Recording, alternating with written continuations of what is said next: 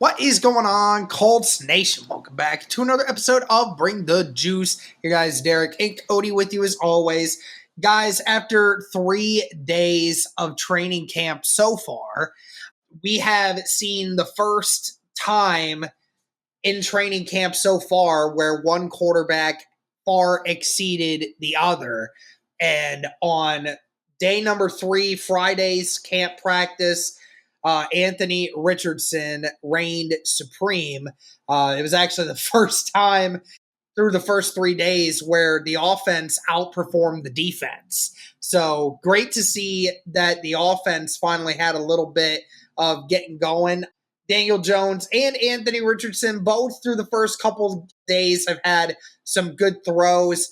A couple of days where there have been some not so great throws from both guys. So you've had a little bit of both.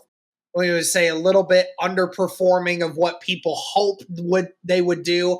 But day 3, I mean, Cody, from obviously I wasn't there, but from everything I've been watching and what I've seen from Noah Compton, because I've been keeping up with his Twitter feed on everything going on with every throw that happens at camp, I couldn't even see a single one where Noah even mentioned an incomplete pass from Anthony Richardson today in day 3.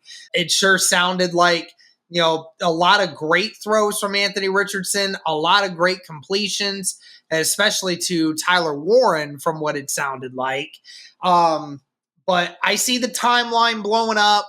It's Anthony Richardson everywhere. Everyone's loving that Anthony Richardson had himself an excellent day 3 of training camp practice. I'm hyped about it. What say you? Yeah, it's good to see Anthony Richardson have a good day. And both these quarterbacks did have pretty good days. So I don't want to just completely say Daniel Jones was bad. No, but Anthony Richardson easily, I think, was the best quarterback out there today from what we've said and what people have said as well. He was more on target with his throws. I mean, we've seen a little bit of the timing issues. That was a problem last year with some ball placement and stuff.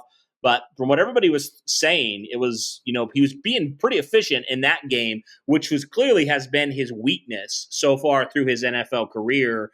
And on the day, this is just according to Kevin Bowen, he had all the stuff. He keeps track of that. He was 8 of 11 in full team reps, 5 of 8 with the starters. You mentioned Tyler Warren. They connected 3 different times today. So that's definitely great to see. And, just really had a really good day, all things considered, from accuracy standpoint and things of that nature. So you absolutely love to see that, Derek. And, one thing I said in the recap that I'll emphasize here again is this isn't the Gus Bradley defense, right? I mean, this is more of again, I know Travarius Ward wasn't out there today, but this is a little bit more of a truer test, right, against an actual defense that, will scheme a little bit, and actually has some legitimate players that you paid some money to and you've invested into, right? So this actually is a defense that will, I think, help these quarterbacks out, and it's not just going to be so easy on them, right? Because you remember Anthony Richardson looked pretty good in camp last year, but that was against Gus Bradley's defense. Everybody looks good against Gus Bradley's defense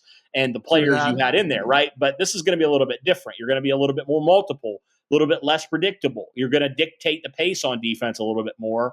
So great to see the response from both these quarterbacks, but especially Anthony Richardson, because that was kind of one of my biggest questions. I made a video on it.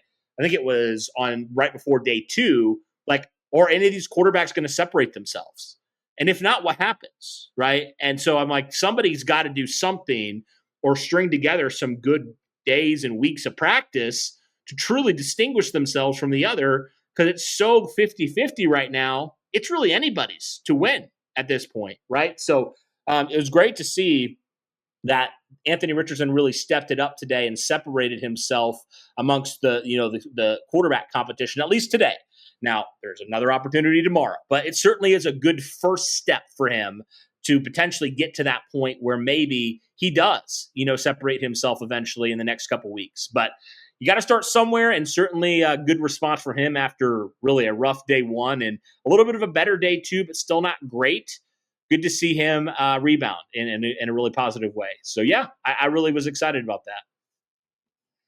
Yeah, absolutely. And I'm really hoping that we're going to continue to see more days like this. And again, this is one of the steps towards what I've been saying all along, whereas if Daniel Jones and Anthony Richardson are even remotely close to each other, like there's really no true definitive difference between the two in camp, then Anthony Richardson's still going to end up winning the starting job, because I just feel like, again, just his playmaking ability gives you just such a bigger dynamic in the offense. If the passing completion percentage is average at around, needs to be that area. So ultimately, I'm not surprised, and I'm glad that Anthony Richardson finally got himself a good one. Hopefully, he will continue to stack those performances up. I obviously don't know if he'll have that tomorrow. I hope he does have that tomorrow when, I'm there and I get to watch that live and then tell everybody that, the AR5 is locked in and it is a lock. He'll be QB1. But that'll do it for this one, guys. Let us know your thoughts on Anthony Richardson's day at day 3 and whether or not you think that is a legitimate argument on him being in the lead for the QB1 position. But that'll do it for this one. Thank you guys again so much. And as always,